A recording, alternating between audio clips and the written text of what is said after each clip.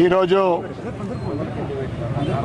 మహాత్మా జ్యోతిబా పూలే 199వ జయంతి సందర్భంగా ఆయనకు శుభాకాంక్షలు, ఘనమైన నివాళులర్పిస్తూ సామాజిక తత్వవేత్త, నిరుపేదల కుటుంబాల్లో ఆశాజ్యోతి నింపిన మహనీయుడు. అనేక వందల సంవత్సరాల విదేశీయుల పరిపాలనలో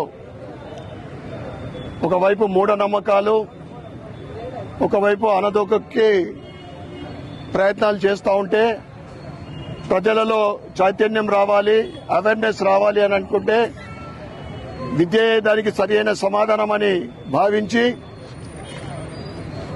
తన భార్యకు మొట్టమొదటిగా విద్యను అభ్యసించి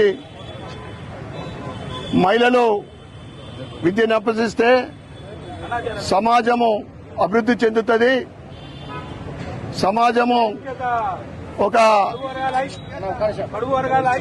ఉన్నత స్థానానికి ఎదిగే అవకాశం ఉంటుందని భావించి మొట్టమొదటి మహిళా టీచర్గా తన భార్య సావిత్రిబాయి పూలే చరిత్ర పుటల్లో ఎప్పుడుగా నిలిచిపోయేది. అదేవిధంగా సమాజంలో అందరి విద్యావేత్తలు, మరి ముఖ్యంగా మహిళలు విద్యను అభ్యసించాలని సొంతగా పాఠశాలను ఏర్పాటు చేసి తన శ్రీమతిని, అంటే ఎన్ని అవమానాలు ఎదుర్కొన్నా గాని తన కుటుంబం నుండి కూడా వెలివేసిండ్రు. అయినా గాని రాముడికి వెంట సీత ఉన్నట్లు సావిత్రిబాయి పూలే తన భర్తతోటి సమాజ నిర్మాణం కోసము, సమాజ ఉన్నతికి విద్యనే సరైన మార్గమని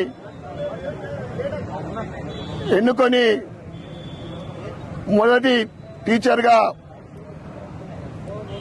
ఆమె ఆ స్థానాన్ని పొందింది. అదేవిధంగా నిరుపేదల జీవితాల్లో ముఖ్యంగా అప్పుడు ఎట్లంటే ఆ కాలంలో మూఢనమ్మకాలు ఎక్కువ. బడుగుకు బలైన వర్గాల అభివృద్ధి, స్వేచ్ఛ, సమానత్వం, కుల నిర్మూలన, బాల్య వివాహాలు, వితంతు గర్భిణీలకు అండగా ఉంటూ ఒకవైపు మహిళలకు విద్యను అభ్యసిస్తూ సమాజంలో రుగ్మతలు తొలగించే ప్రయత్నం చేసిన మహనీయురాలు జ్యోతిబా పూలే భార్య సావిత్రిబాయి పూలే. కూడా వీరిద్దరు కూడా రాబోయే తరాలకు ఒక ఆదర్శం.